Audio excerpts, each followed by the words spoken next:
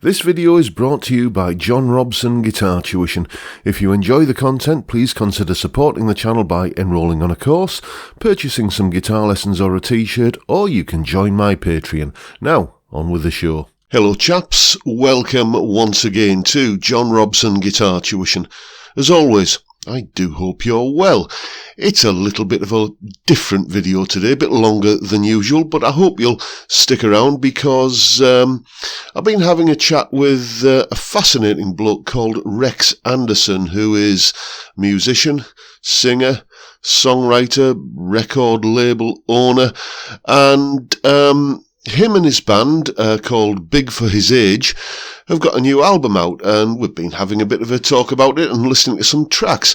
If you're a fan of rootsy singer-songwriter-orientated rock, you know, Bob Seger, Springsteen, Tom Petty, The Byrds, The Eagles, that kind of thing, then you might want to stick around because this is a really, really fantastic album in that genre. And, well, I'll tell you what, let's have a talk with Rex and he can tell us all about it. So, Rex, how are you? Good morning from Phoenix, Arizona. Yeah, it's afternoon here in North Yorkshire, and I've been doing all kinds of guitar related stuff all day, and well, a lot of it I've been editing video to go up on YouTube, and I like to listen to music while I'm doing that. And you have been the soundtrack to my video editing there, because you very kindly sent me not one copy but two copies of your latest album. So the title that we've got here is Rex Anderson and Big for His Age 2, as in T-double-O. So I guess the obvious question to start off it with, and we are going to be listening to some tracks as the video goes on. Explain the name of the band, please. Well, the band started in the late 1990s, actually. Some friends of mine, my cousin Greg Anderson on bass, his wife Kathy on drums, and another friend of ours, Gary Orestovich, on guitars. And Big for His Age, we were just at that kind of coming out of the 90s. You saw a lot of kind of titles of bands that were kind of interesting, and we needed a title, and that one seemed to fit. At the time, I was a little bit larger guy. I'm a type 2 diabetic, and so I've always struggled with that. And over the last few years, I've taken up the sport of triathlon and brought that weight back down. So maybe it should be small for my age now. Well, you're looking well on it. So you've been around a while, and it's let's call it in round figures 25 years. Have you been active all that time, or is this just an occasional project, or are you like a busy working band? Well, we've been busier at different times. Back in the late 90s, I left the financial world and went back to school, got a degree in audio engineering from the Conservatory of Recording Arts in Tempe, Arizona. And with that, I was invited to manage a recording studio. And that's really where it started for us. It was back in the early 2000s while I was working at the studio, meeting and working with all these musicians. We decided to do the first album, Big for His Age. So it hasn't been a continuous band. It's kind of rotated through membership over the years, but we have 2 or 3 people have always been in the band. And then we have our core musicians for going into the studio that we've always used. Okay. Well, we're going to listen to, I think we'll start with the first track on the album, which if... that's Golden Boy. Golden Boy, that's it. We're going to listen to some of that in a second, but just give our viewer an idea of what to expect. What sort of influences kind of inform your music, and what well are you drawing water from? Well, we're definitely listening to the works of Tom Petty and the Beatles and the Byrds, and that type of thing definitely influences my songwriting. This particular song is really one of my favorites because of what it means in terms of the individuals involved. The drummer on this album and on this song is Dan Tomlinson, and Dan was Lyle Lovett's drummer on the road for about 17 years, and he lives in my neighborhood, so has a really wonderful studio, and he was on the first album and now on this album so many years later.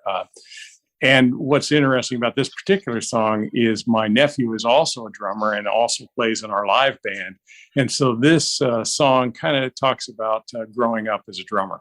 Okay, well, let's have a listen to the song. I'm just going to put a little bit of it on now, and then we'll pick the bones out of it when we come back.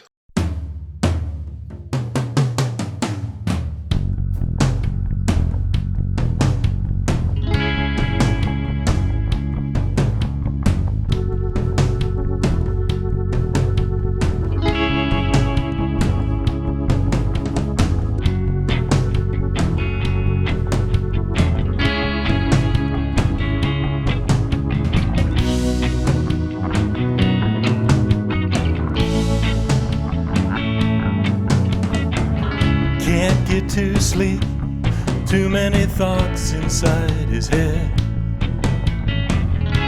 But in the morning, you can't pull him out of bed. It's all in his head. That's what they said. Locked in his room, he plays almost every night. At least until his dad comes home to pick a fight. But that's alright, his dad can't be right. 'Cause he says, pound, pound on those drums, I'll take your keys away. If you pound, pound on those drums, I'll take your keys away. Then what would you say? Would you play anyway? All the girls say, what's his name? Where did he come from? Oh, he's a golden one, and he's just begun. All the girls say, what's his name? Where did he come from? Oh, he's a golden one, and he's just begun to break their hearts. Yeah, now much as I would love to sit here and listen to the whole album with you, it would make for a rather long video. But yeah, it's interesting you mentioned Tom Petty there, because now you mention it, it's obvious. But when I first heard that dark sort of almost surf guitar intro, I was immediately kind of getting Nick Cave and the Bad Seeds, that kind of vibe from it. And it's the thing I would say about this album and all the influences in there. It's the first time I listened to the album through, it sounded familiar. Do you know what I mean? I'm not trying to say that, it's all kind of you're plagiarizing anyone, far from it. But there is a familiarity to the music there that is, it's like, that's all. You are the main songwriter, I take it. Yes, I am. That's credit to your songwriting, because it's, it just,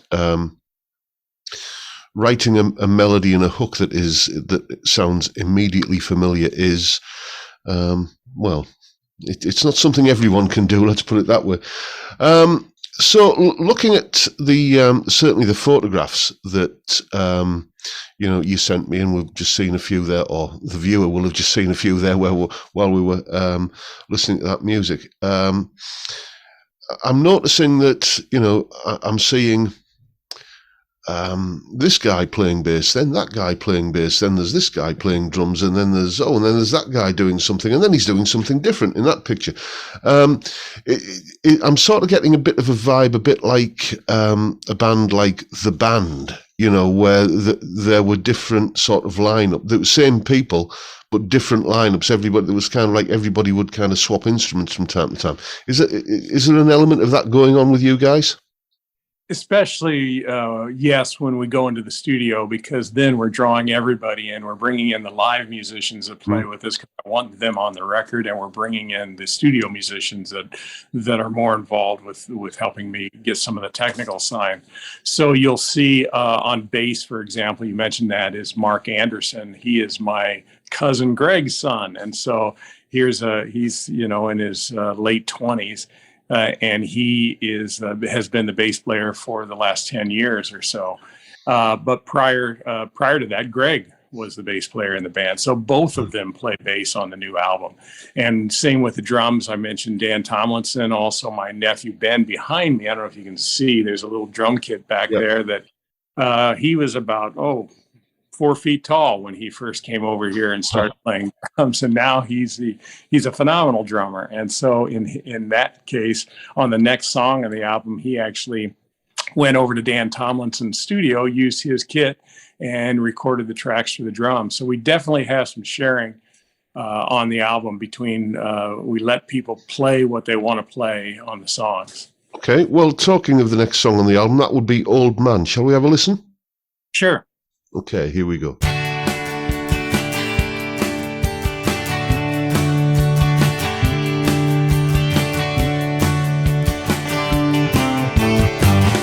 Old man, do you still see all the dreams you used to see in me? Oh, so long ago. Tell me, where did they go? Old man, am I the son you knew? Am I the child you held in 62? 1962. Tell me, where have we gone? I guess the road just carried us along. I know that it ain't easy, and sometimes you must be sad, but these times they just keep changing, and all these changes, they never last. Old man. Nice harmonies. Oh, he's gone. I'm just going to reach back here because as I was listening to that, I was realizing that one features this guy here. Rickenbacker now, that has a signature on it. Do you want to enlighten us on, is it signature model John Lennon or something? Yeah, this is a Carl Wilson limited edition. Oh, gotcha. Yeah. So you mentioned the surf music earlier on, but I've had this guitar for some 20 years. I don't know if you've played very many Rickenbackers with a 360, but the necks are very narrow on these things. Yeah, they are a guitar you have to acclimatize to, I find, when you pick one up. I've never owned one, but a few of my students have had them, and kind of out of curiosity, when somebody brings a guitar into the studio here, I'll kind of pick it up and play it, and I can usually make a connection with a guitar, pretty quickly. But Rickenbackers, they are. Well, I'm not saying I don't like playing them, but it's just suddenly it's like, okay, this is different. Yeah.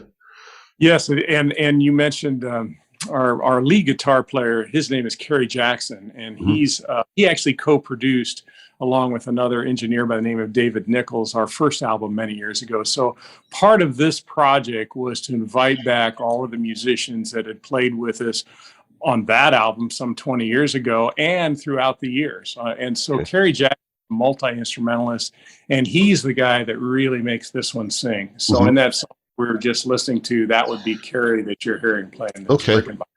Yeah, as I was saying there, just as we came out of the song, there's some cool harmony vocals there. Is that what's your approach to that? Do you, kind of meticulously work it out, or is it just, everybody steps up to the mic and it just falls into place? Some of the songs that we've played live over the years, we've got those parts down just because we're used to playing. And so that was pretty simple. We put three of us in front of the mics and we go. Most of the time, I'll have a lead vocal down first, and then we'll build off of that. The other songs, Kerry Jackson helps on vocals on that, and he and I will sometimes create a harmony, and then we'll double that harmony, and then we'll do another one above that and double that. So we do kind of layer them up. Part of the reason this project even got started was because I was working with my friend Andy Kern, who's the co-producer of this album and engineer, and we talked about, could we do another Big for His Age album? And this was right before COVID came out, and we were talking about what studios we could go into, and we decided to try a different approach, and that was to use some bass tracks that we'd had recorded at Living Head Audio, but then add in each musician as we went along. And so we invited them over to this very small studio, and that's where we did most of the vocals, was in that studio, adding them in as we went. It's interesting you describe that method of recording, because where it's this guy records his part on a Monday, and then maybe a week Thursday somebody else adds a part and stuff like that. It doesn't sound like that listening to the album. It has got a band all on the floor at the same time kind of vibe to it. I mean, that's just because you once you've listened to music for plenty of years, as we both have, and once you've played it as well, you do get to sort of an ear for kind of hearing when things have been cut and pasted together. But that it doesn't sound like that at all. That's to your credit, really. Well, and some of that goes to the talent of the musicians that we have. We do have about 4 tracks on the album where we did record the drums and bass together, and some rhythm guitar, and then we added to that. But most of the other ones, we've been adding in things as we went. But we had some really talented musicians. Django Haskins out of North Carolina, he's got about a dozen albums out, and so we sent one of the tracks back to him. Because he had written one of the songs on the first album, so we wanted him to be back. My friend Steve Sutherland up in Seattle, we sent the tracks up to him, and he co-wrote one of the songs on the album, and so he did a lot of vocal parts, a lot of vocal layering he did up there. But I think what you're seeing is kind of the talents of somebody like Andy Kern as an engineer and making that work and making it sound integrated. So onto the technical aspects, because if I don't ask you about this, people tell me off in the comments.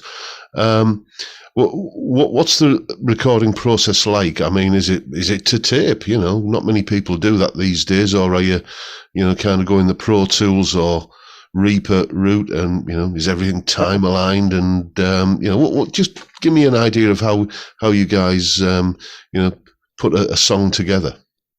So we have, like I say, 4 of the songs that were recorded with everybody in rooms together, I guess I should say. The drums were off to kind of a split level off on one side, and those were all done using Pro Tools for those kind of live tracks where we're getting those underlying rhythms and bass. And then everything else we shifted over to a system called SAW, which is a PC-based system, and that is what Andy Kern used when we started doing all of our overdubs and our vocals and our final vocals, because I'm sure I had scratch vocals on most of these songs to start with. So not a system everybody is familiar with, the SAW system, but it's pretty geeky, pretty fun for engineers that are. I think I've heard Glenn Fricker talking about, Spectre Media guy, the angry Canadian recording engineer. I love his channel. I've heard him talking about how he was, in the dark and distant days of the past, he used to use Source Studio, but it's not a package I've ever, kind of had any experience of. I started off with Cakewalk 20 years ago, and then about 15 years ago, jumped ship and went onto Reaper and haven't looked back. So anyway, before we, kind of disappear down the rabbit hole of talking about plugins and stuff. Let's have some more music. I'm going to let you pick this one. So, any request for the next song to subject the listener to? Well, if you want kind of a little bit of a quiet song that's kind of fun, the last song on the first side's called Quinn Song. Okay, let's go and bring it up. Here we go, Quinn Song.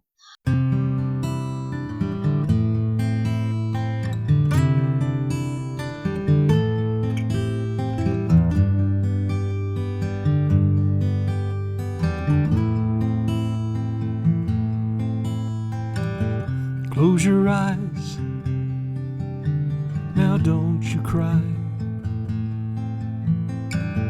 Daddy's here, he's by your side. The world can wait a year or two. The world can wait for me and you. Nursery rhymes and books to read. One more story is all you ever need. Pull the covers up over your head. A mound of blankets giggling on the bed.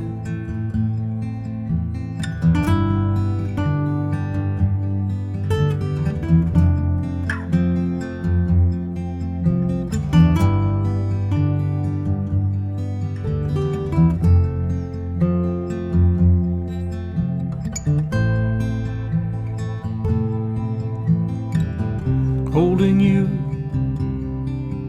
in my arms tonight. Tiny fingers grip so tight. Beautiful, beautiful. And I see you've picked up another guitar there, which is, I was going to ask you, because you sent me some pictures as well. That is that a J200? Yes, it is. Yeah, this is probably most all of the songs started here at some point or another. This guitar is 25 years old, light as a feather for a large guitar, and just beautiful tone. And so it's one that, I've played this a lot on stage. And like I say, it was my primary songwriting guitar for many, many years and still is today. That little song, Quinn Song, has something unique on it. The bass guitar is one of those latex string little mini, I think it was a DeArmond was the name of it, bass. I don't know if you've ever seen those before. I remember there was the Guild Ashbury bass. Oh, that's it. I was saying DeArmond, Guild Ashbury. Yeah, that's it. And Kerry Jackson played that bass line on there, and we were looking for that fretless, quiet sound, and it just worked perfectly for that. The only other person I've ever known use knowingly heard one of those on an album, because he mentioned it in an interview, was there's one of the tracks on Joe Satriani's Extremist album, where I think I always get these two the wrong way around, but there's Matt and Greg Bissonette, who are the rhythm section in Dave Lee Roth's band, who bass player and drummer. I always forget which one plays which, but one of those, the bass player guy out of that pair of brothers, played a Guild Ashbury bass on a track on that album, and it's unlike anything. I mean, I just genuinely thought that was a double bass I was hearing on there. Yeah, it's just really nice to have that tone available to us. As I mentioned in the email I sent you, we probably used over a dozen different guitars on this album. Just every time we think about a song, Kerry has an arsenal of guitars, and I have a pretty good collection too. So we just kind of brought. So when it comes to going out and standing up on your hind legs in front of an audience, how do you? Because there's a whole plethora of instruments, as you said, used on the album. What's the process for figuring out what to take, or is there just a big truck follows you around everywhere with everything in it? No, I'm usually taking maybe 3 guitars to a gig, and then if Kerry is joining us, he's got his own 2 or 3 guitars. Darren Mahoney, when he's joined us, his I released his first album on my record label, and he's just gone on to bigger and better things. And so, a lot of times he'll bring 2 guitars, electric guitar and acoustic, and not worry about a backup, knowing I've got some extras. So we do. My main rig is this through a GT3 that I've had for years and years with different settings, and one for the acoustic guitar. And then I run a Fender. Well, I can't believe it's been a couple of years now with COVID and everything that I haven't hauled this Fender Twin Reverb out. It is such a heavy amp. And yes, I don't know. Going forward, I've only been doing single gigs and some duo gigs recently. And so we've lightened everything up. And this is where I need to thank you a little bit. Let me tell you something. Okay. You know, during COVID and really these last 2 years, it's been really challenging for my bandmates, my engineers, all of those individuals. And your videos talking about gear and equipment and guitar instruction have been really, really helpful and motivational to everybody. So much so that we ordered 3 Harley Bentons. And I tell you, this guitar, this is their CST-24. I believe you've got like that. This is the one without the whammy bar on it. Because if I just move like that, you can see mine behind me. Oh, yeah. What a wonderful guitar. And yeah, for a fraction of the price of my other guitars, but I've never had a Paul Reed Smith style guitar. And so I thought, well, this is an opportunity to see what that's all about and give it a play. I also, somewhere here, bought a little mahogany travel guitar, Harley Benton. And this has already gigged. It's when I'm traveling with my wife across country, I take a small PA setup, a really small PA setup. And this goes with us because it comes in such a small case. It's kind of maybe the size of the baby Taylor, sort of that range, that kind of thing. So anyway, just want to say thank you for those recommendations. I think like you've probably been on the same journey as me, because I mean I started playing guitar in *78 and started on an awful Woolworths guitar. That I think were marketed in on your side of the pond as I'm never sure how to pronounce this, but T-Score or Tire-Score or something, that brand. Yeah. And you gradually climb the ladder, don't you? You go up the food chain, so you kind of go from that, and then you get maybe Squier, Epiphone, and then sort of entry level Fenders, and you gradually kind of climb the ladder. And by 2009, I was I was the custodian of a PRS Core Santana and a custom shop Strat. Then the bottom falls out of the financial world, and it was a difficult time for many people, including me. And I had to sell guitars and replace them with cheaper ones.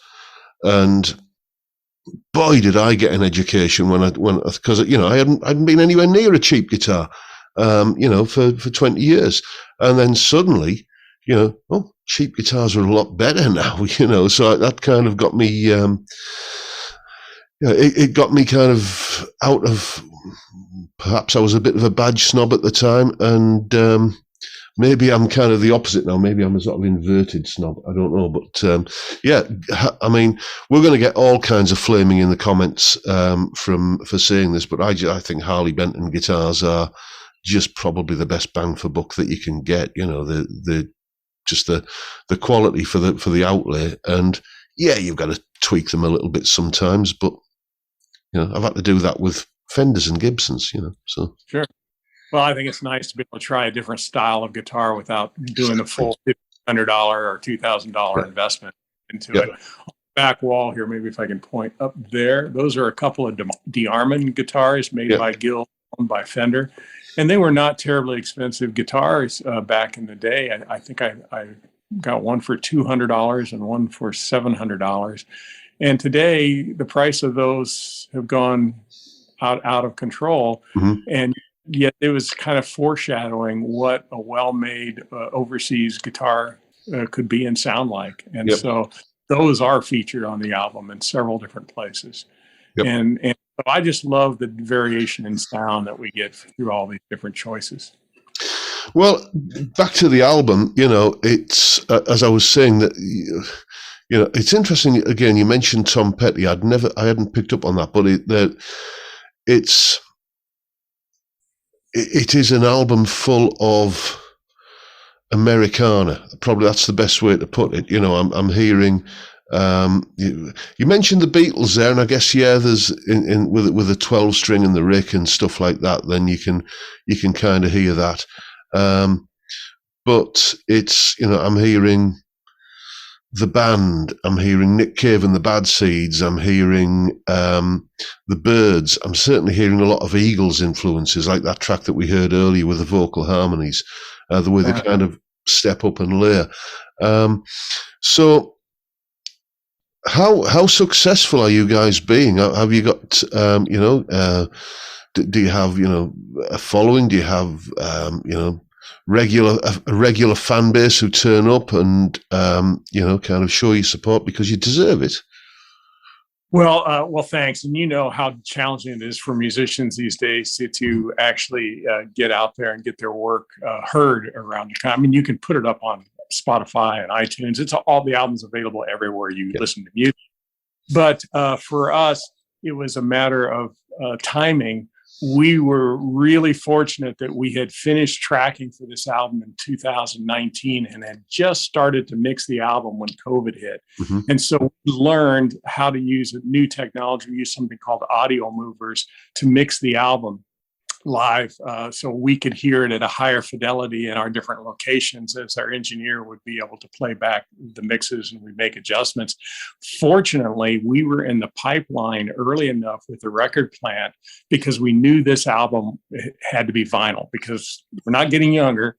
There's not going to be a point in time where we may not have very many vinyl opportunities left. So we were going to do a vinyl record on this, and we were in the pipeline, and our fans and our friends really stepped up for us. We created something called the Producers Club, and the shirt that I sent over to you, that's a part of that Producers Club package. And so they got a package of items that shows them that's something they could enjoy, but it really helped us fund going to vinyl on this record. And so we had that pre-sale before the record ever came out, which in this case, when it came out in November of 2020, we couldn't support the record. We couldn't go do our normal shows that we would do to sell it. So when you ask how it's doing, it did really great because of the pre-sales, but we've not been able to support it the way we would have. Even 20 years ago, we would play all over and support that record. And that first album got really great critical reviews and sold really high volumes. This one, it's a different world. I mean, I'm getting the little, fractions of a penny coming back from getting it played on Spotify. I know all about that one, yeah. So, I mean, it's interesting, vinyl, yeah. I mean, because I get why many artists, want like a physical, tangible copy of something. This is my finished product here, rather than just some ephemeral stream of ones and zeros that comes down the internet pipe. Most people with that kind of mindset will just go, okay, CD. So, I mean, obviously you have released it on CD, but why vinyl? Is it just a nod to the old days? Oh, yeah. One thing, I remember standing on the corner of 7th Street in Glendale here in Phoenix, Arizona, and there's a drugstore there, and I remember flipping through and trying to pick out what's the first Beatle album I'm going to buy, which was Meet the Beatles here in the United States. And so in the back of my mind, I think I've always wanted to do a vinyl record, but I like many people, kind of got away from vinyl for some period in the 80s when the CD came out. But as time went on and I pulled on those old records, I realized there's something very different about the sound of a vinyl record. So we enlisted the help of Scott Hall at Masterdisc back on the East Coast to do the mastering on this album, because we felt like we had something really special. Mm-hmm. And so we're doing it for a number of different reasons. One is just the nostalgia of what we kind of see as a completed project being an album. And two, today, it's CDs. Boy, we were apprehensive about how many run of CDs do we do, and as it turned out, not being able to support it at shows, physical products, very difficult to handle. And so it's a digital world out there. So we released it all digitally, and the vinyl record has just really gone over really well because people kind of see it as a tangible thing. So I've had some people buy it that don't even have turntables, but they want to support the project. And so they buy it. You know, that's, I mean, you tend to find that the bands who have got, I don't know if you've ever heard of a British singer-songwriter called Chris Rea. Yes. Oh yeah, I just wasn't sure how big he was over in your part of the world. But he came out with a fantastic quote once. He said, "I would rather have 20, 25 years of songs that get to number 17 than 2 years or 1 year of number one hits." You know, and that's the kind of I think that's a very wise thing, and yet that's the sort of thing that a loyal fan base, like it sounds like you guys have got, will kind of give that. I think. Yeah, they do. They give you a little bit of motivation and stability in the process. One of the photos I sent you was a picture of the plate that was made that they used to take to the factory to make the masters, the mothers and the fathers and all of that stuff to create that. But when we got our first test pressing, we set up a Zoom meeting with fans from around the country, and we used this other software I referenced in the studio, and we played the test pressing for the first time live with all of our fans listening in with us and being able to comment about it. And so it was really fun that way. They were with us on this journey of making this record. So, I guess what really needs to be wrapped up now is where can people find Big for His Age? Where if this, and I suspect it will be, is the first time that many of the viewers are, kind of aware of you guys and your band, where do they go to check out more and maybe buy some merch and that sort of stuff? Well, the first place is Rexomatic.com. That's pretty much spelled the way it sounds, REXOMATIC, Rexomatic. Link in the description, folks. Okay. And then for listening to the music, of course, it is available wherever you listen to music, if that's Apple Music, or if it's Amazon, or if it's YouTube. All of those, Spotify, the albums, both this album and the one from way back, both of those are available there for people to listen to. Buying merchandise and such is at the Rexomatic.com. Unfortunately, John, what I've learned about shipping overseas is kind of prohibitive for us for the value of our item, and I feel bad about that. But I hate to see somebody pay more in shipping for the value of the getting things over at the way it is right now. But if you're here in the States, certainly we can ship it anywhere in the United States. The albums, both the vinyl and then we've got some pretty cool, maybe we'll throw a logo up. We developed a turntable logo with our red vinyl record, which is kind of we did 2 limited editions of this record, but the one that I kind of like the most is this big red guy. Oh, we're back to the 70s. I remember the coloured vinyls from the 70s. Yes. And then we also did 180 gram black vinyl for those audiophiles out there that want the little thicker records. Yep.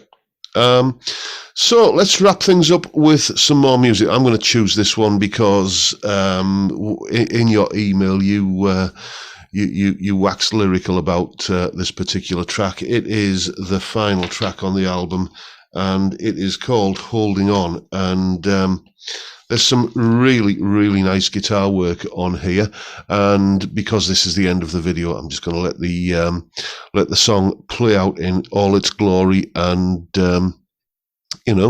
we will close things there. So before we do that, just tell me a little bit about this song. What's the story behind it? Who plays on it, and so on.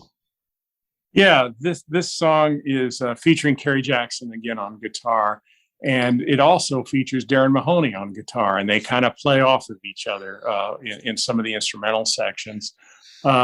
This song was actually written with another drummer who was in our band, who unfortunately passed away a few years ago. And so it definitely still has his influence on that song from when I was writing it. But you might hear a little bit of, I'll tell you one short story and you can decide whether you want to leave this in. When we were playing live gigs, one of the gigs we were playing was up in northern Arizona, town of Seligman, Arizona. And when this song started in, the crowd was kind of in the back here. Everybody's listening, watching. And then suddenly our bass player, Mark Anderson, goes down on the floor and he's laying on his back playing. And the song is getting into the groove. It's building and building. And then pretty soon the whole audience starts going down on the floor and they're all laying on the floor. And we're having kind of a sit-in with everybody listening to the music. It was just a great way to end the show. And with that, we'll end the show. I'll just do my usual wrapping up kind of thing. Where's that gone to? There we go. I'll just do my usual kind of wrap up and say thanks again, Rex, for coming along and having this chat with me. I am genuinely enjoying the album. I'm not just saying that. It's I think you are proud of it, and justifiably so. And that is pretty much it for today, folks. Hope you've enjoyed the video, and if you have, please hit the subscribe button and the notification bell if you haven't already done so, and why not give us a like while you're at it. Don't forget the live stream every Friday, 5 p.m. UK time, where we drink beer and talk about music and guitar and all manner of great things. Fantastic way to kick off the weekend. I'd love to see you there if you can make it. But for now, I'll bid you all a good day and say thank you so much for watching. Thank you for your time. Look after yourselves, folks. Stay well, stay safe, and above all, stay sane. And here's Rex and the lads with Holding On. See you next time. Bye for now.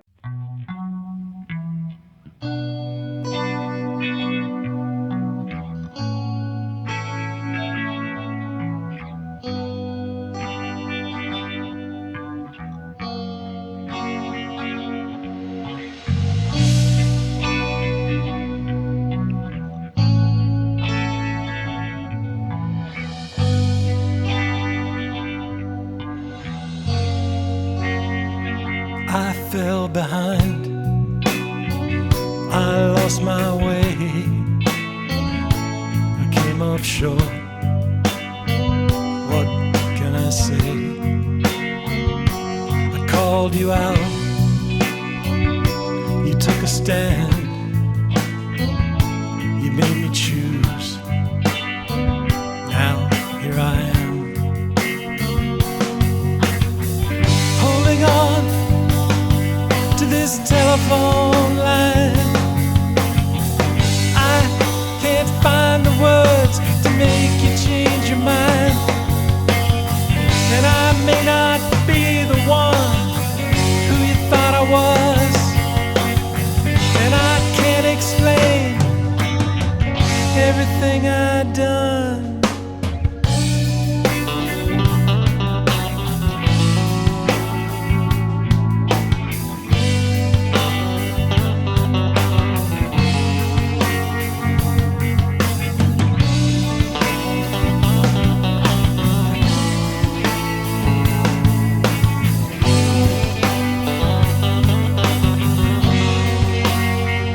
I made mistakes, I broke your heart,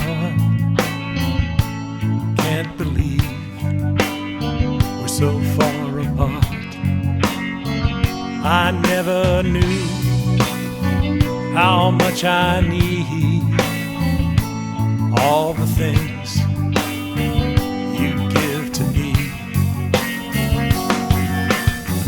Holding on this telephone line, I can't find the words to make you change your mind, and I may not be the one who you thought I was, and I can't explain everything I've done.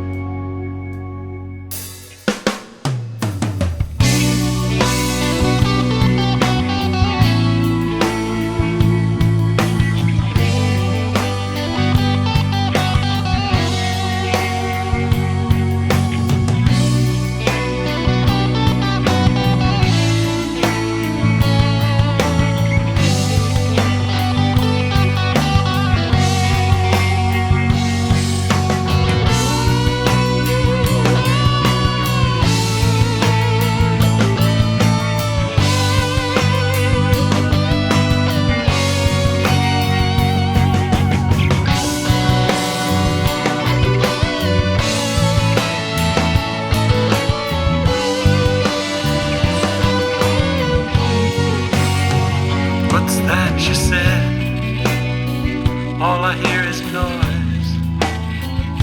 There's so much static on this line, I can barely hear your voice.